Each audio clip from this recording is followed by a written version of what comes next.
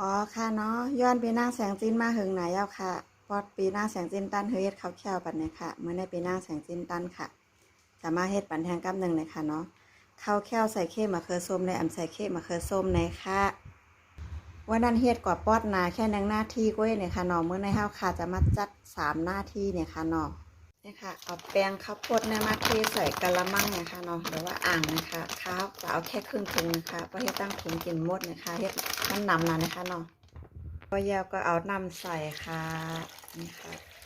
นี่ค่ะเอาเมลเปิ้นตีไข่นะคะเนาะมาตีถึงเข้ากันค่ะคือแป้งละลายเนี่ยค่ะเนาะแล้วก็เอาไปหุงค่ะนี่ค่ะคนยาวก็มาใส่ในหม้อเลยคนจะไหนได้ๆนะคะเนาะจนกว่ามันจะเหนียวนะคะใส่แค่ปานกลางค่ะนะอำโลผสมอีสังยาวนะคะเนาะเอาแป้งข้าวโพดในอย่างเดียวนะคะเนาะไก่เหนียวนะคะเนาะป้องเหนียวนะก็เติมน้ำแทงไรนะคะเนาะ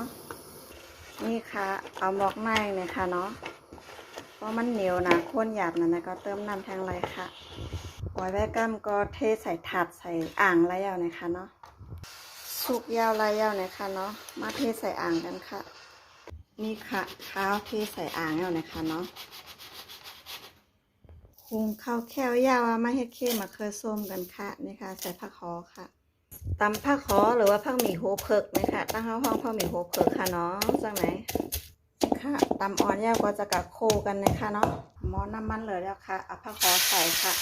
โคผักหอหึงเหลืองเนี่ยก่อนค่ะเอามะเขือส้มใส่นะคะเนาะหอมันเลยแล้วค่ะเอามะเขือส้มใส่ค่ะแล้วก็ใส่เกลือค่ะใส่ฟองหวานค่ะเกามะเขือส้มมันหึงแล้วนะคะเนาะนี่ค่ะนอกมะเขือส้มแล้วก็ไล่เอานะคะเนาะกำพับค่ะสามารถใส่ข้าวแค่วกันนะคะไปข้าวแค่วกัดก่อนนะคะเนาะค่ะข้าวแค่วกัดยาวนะคะเนาะเฮาค่ะจะมาใส่ข้าวแค่วกันค่ะในค่ะเนาะเครื่องข้าวแค่วเฮาค่ะจะใส่ข้าวแค่วตั้งบนนะคะผักกาดล่องก็ล่องกล้วยนะคะเนาะปีนั่งแสงจินจะมาห่อเอานะคะเนาะเมื่อไหร่ค่ะนี่ค่ะ